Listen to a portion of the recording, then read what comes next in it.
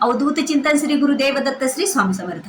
स्वामी शिवामार्ग या आपल्या चॅनलमध्ये आपल्या सर्वांचं खूप खूप मनापासून स्वागत आहे. स्वामी महाराजांची कृपा आणि आशीर्वाद आणि त्यांच्या नामस्मरणाचं महत्त्व तुम्हाला सर्वांनाच माहीत आहे. स्वामींच्या नामस्मरणामध्ये एवढी शक्ती आहे की त्यांच्या नामस्मरणाद्वारे जर आपण एखादा उपाय केला, एखादी सेवा केली, तर आपले जे टेन्शन असतील, आपला जो प्रश्न असेल, आपल्या ज्या घरातील कटकटी, काही वादविवाद असतील आणि कुठलाही प्रश्न असेल, की स्वामींच्या सेवेद्वारे तो सुटत असतो. आता स्वामींच्या खूप वेगवेगळ्या अशा सेवा आहेत. त्यातली कुठली सेवा करायची जी घरातील कटकटी, भांडणे, वादविवाद मिटवण्यासाठी आणि घरातील आपल्या वातावरण हे पवित्र, शुद्ध बनवण्यासाठी आणि शांत बनवण्यासाठी, आपले जे मुले आहेत त्यांना हट्टीपणा त्यांचा कमी होण्यासाठी, त्याची चिडचिड कमी होण्यासाठी आणि ते मुले आपले ऐकण्यासाठी. कारण बघा, काही घरामध्ये असं वातावरण असतं की जे काही मुलं असतात, आपले जे काही आपल्या घरातील लेकरं असतात, आपल्या मोठ्यांचं हे ऐकत नसतात, ते आपल्या मनाचंच करायला पाहतात आणि तो चुकीच्या रस्त्यावर गेलेले असतात. त्यामुळे आपल्याला खूप टेन्शन घरातल्याला आलेलं असतं. पण जिथे स्वामी महाराजांचं वास्तव आहे, जिथे स्वामी महाराजांचं नामस्मरण ज्या घरामध्ये होतं, त्या घरामध्ये कुठलाही प्रश्न हा राहत नाही. फक्त आपल्याला गरज आहे की स्वामीचे नामस्मरणाची, स्वामींची सेवा करण्याची, स्वामींच्या सेवेचे उपाय करण्याची.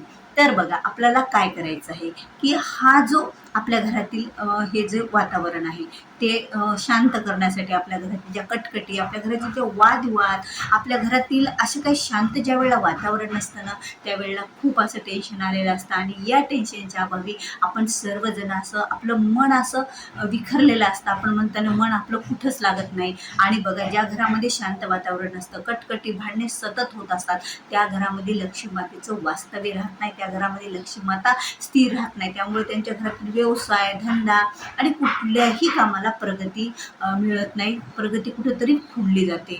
मग मुलांची असो, आपल्या घरच्यांची असो, आपल्या मिस्टरांची असो, तुमच्या स्वतःचा कुठला बिझनेस असो, ती असो, कुठला जॉब असो, घरात पैसे आले तर ते टिकत नाहीत. अशा बऱ्याच समस्या या घरातील कटकटी, वादविवाद, चिडचिडा, रागीट स्वभावामुळे आपल्या घरात निर्माण होत असतात. मग आपल्याला हा एक उपाय करायचा आहे स्वामी महाराजांचा, एका सेवेचा उपाय करायचा आहे. सेवेचा उपाय नीट ऐकून घ्या, कारण आपल्या घरात हा जो उपाय आपण केला तर खरंच या उपायाने आपल्या घरातील हे टेन्शन आपल्याला मुक्त करत असतं. तर काय करायचं आहे बघा, आपल्याला आता सर्वांकडेच अगरबत्ती असते, सर्वांनाच माहीत आहे. पण अगरबत्ती अशी निवडा की त्या अगरबत्तीचा आपल्याला परिणाम म्हणजे साईड इफेक्ट आपल्या शरीरावर नाही झाला पाहिजे अशी अगरबत्ती. बघा, काही अशा अगरबत्ती असतात की त्या अगरबत्ती लावल्याच्या नंतर कुणाला शिंका यायला लागतात, तर कुणाला काहीतरी असं वेगळंच वाटायला लागतं. तर अशा अगरबत्त्या असतात मार्केटमध्ये, पण त्या अगरबत्त्या आपल्याला आणायच्या नाही आहेत. अगरबत्त्या अशा ठिकाणावरच आणा जिथे धार्मिक स्थळावर भेटलेल्या अगरबत्त्या, तिथे बनवलेल्या अगरबत्त्या, एखाद्या केंद्रात, एखाद्या आश्रमात बनवलेल्या अगरबत्त्या आणा. तुमच्याकडे जर धार्मिक स्टॉल असेल एखादा, जिथे बुक मिळतात, धार्मिक सामान आपलं भेटत असतं, तेथून तुम्ही ती अगरबत्ती आणा आणि त्या अगरबत्तीचा उपयोग या उपायासाठी आपल्याला करायचा आहे, या सेवेसाठी करायचा आहे. मग तुम्ही तुमच्या हिशोबाने त्या अगरबत्ती निवडायच्या. आपल्या शरीरावर त्याचा साईड इफेक्ट नाही झाला पाहिजे असं आपल्याला ती अगरबत्ती निवडायची आहे. आता ती अगरबत्ती आपल्याला कशासाठी पाहिजे ते बघा. आता घरामध्ये आपण कुठंही बसा, सोफ्यावर बसा, खुर्चीवर बसा, बेडरूममध्ये बसा, बाहेर बसा, खाली जमिनीवर बसा, कुठेही बसा, चटई टाकून बसा. फक्त असं म्हणतात की तुम्ही जर जमिनीवर बसत असाल, म्हणजे सोफा, खुर्ची हे काही सोडून जर तुम्ही जमिनीवर बसत असाल, तर जमिनीवर काय असलं पाहिजे बघा. जमीन वर जर तुम्ही चटई नाही टाकली किंवा कुठलं काही आसन नाही टाकलं आणि तेथून एखादी सेवा तुम्ही केली, तर काय होत असतं, ती सेवा इंद्रदेव घेऊन जात असतात. ती सेवा आपल्याला मिळत नसते. म्हणून आपण जमिनीवर बसतो त्यावेळेला काहीतरी तुम्ही आणता, तिथे चटई वगैरे काहीतरी आणता. मग आता काय करायचं आहे बघा, आपल्याला 2 अगरबत्त्या प्रज्वलित करायच्या, लावून घ्यायच्या. पण अगरबत्त्या अशा लावा की त्या अगरबत्त्याचा अंगारा आपल्याला आपल्या उपयोगात आणायचा, म्हणून तो जमिनीवर नाही पडला पाहिजे. आपल्याला तो अंगारा आपल्याला घेता आला पाहिजे. मग एका ताटात लावा, प्लेटात लावा, कुठेही ती अगरबत्ती तुम्ही लावून द्या, उभी करून ठेवा. तुमच्या जे स्टँड आहे अगरबत्ती लावण्याचं त्यात, पण तो स्टँड कशात ठेवा, एका ताटात, प्लेटमध्ये, कुठेही ठेवा. आणि देवघरात ठेवलं तरी चालेल, तुम्ही जिथं नामस्मरण करणार आहे तिथं ठेवलं तरी चालेल.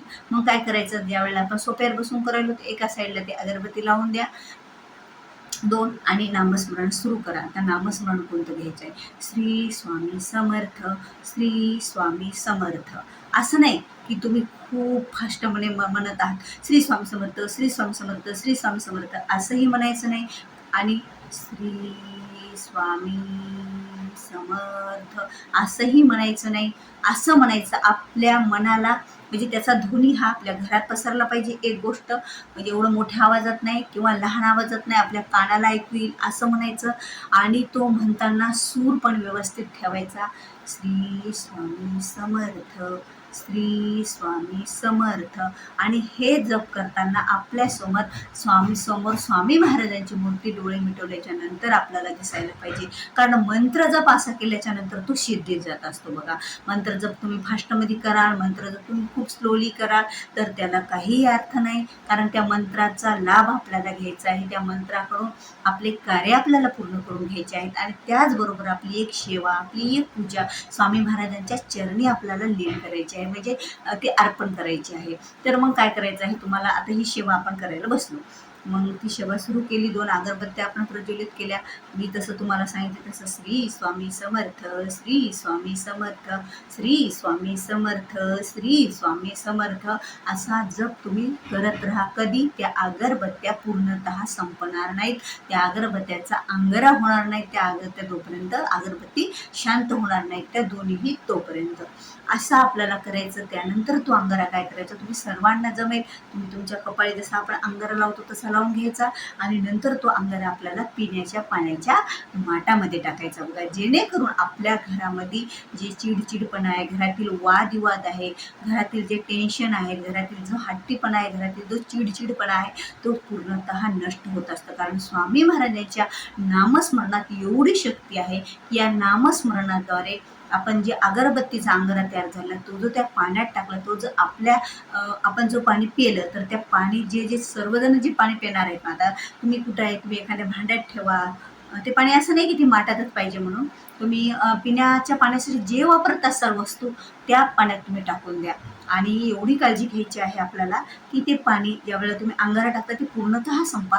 कसं असतं, ते भांडं आपण ज्यावेळेला नवीन पाणी दुसरं टाकायचं असतं दुसऱ्या दिवशी, तर पहिलं पाणी आपण थोडं राहिलेलं टाकून देत असतो, ढाळायला टाकतो किंवा कुठे टाकतो. पण हे अंगारा टाकलेलं पाणी पूर्णतः आपल्याला संपायचं.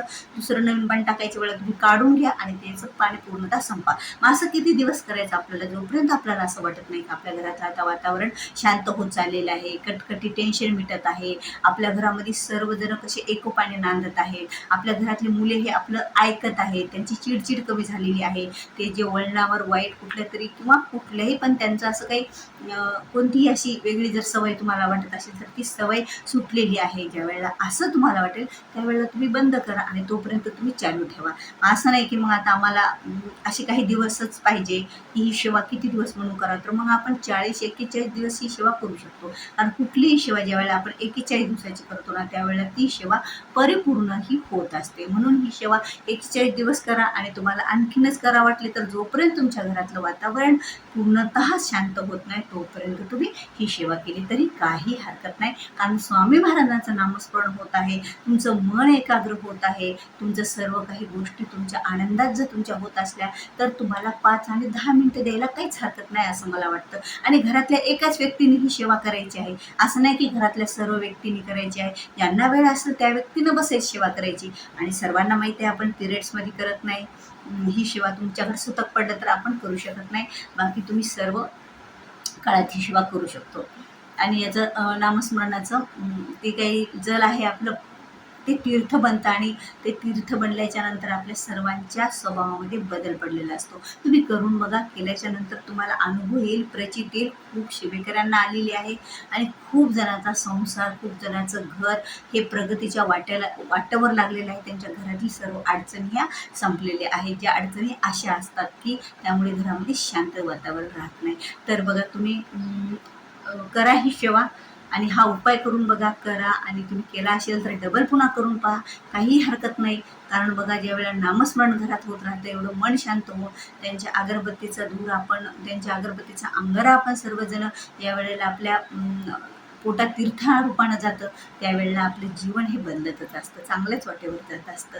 तर व्हिडिओ आवडल्यास व्हिडिओला लाईक करा, शेअर करा, नवीन असाल तर सबस्क्राईब करा. कारण बघा ज्यावेळेला अशी माहितीपूर्ण व्हिडिओ माझ्या चॅनलवर येतील तर तेपर्यंत तुम्हाला अगोदर ते सर्वांना येतील आणि कुठलाही एखादा व्हिडिओ तुम्ही मिस करणार नाही. कारण अशी माहितीपूर्ण व्हिडिओ माझ्या चॅनलवर आहेत, त्याच्यावर तुम्ही त्या चॅनलवर जाऊन बघा. तुम्हाला सर्वच गोष्टीच्या बऱ्याच स्वामीसेवेच्या माहिती ह्या मिळतील. आपल्या घरातील बरेच लक्ष्मीप्राप्तीचे उपाय, स्वामी महाराजांच्या सेवेची माहिती, सणवार वैकल्याची माहिती ह्या माझ्या चॅनलच्या व्हिडिओमध्ये आहेत. तुम्ही बघा, तुम्ही जाऊन, आणि तुम्हाला खरंच त्याची संपूर्ण ही माहिती मिळेल.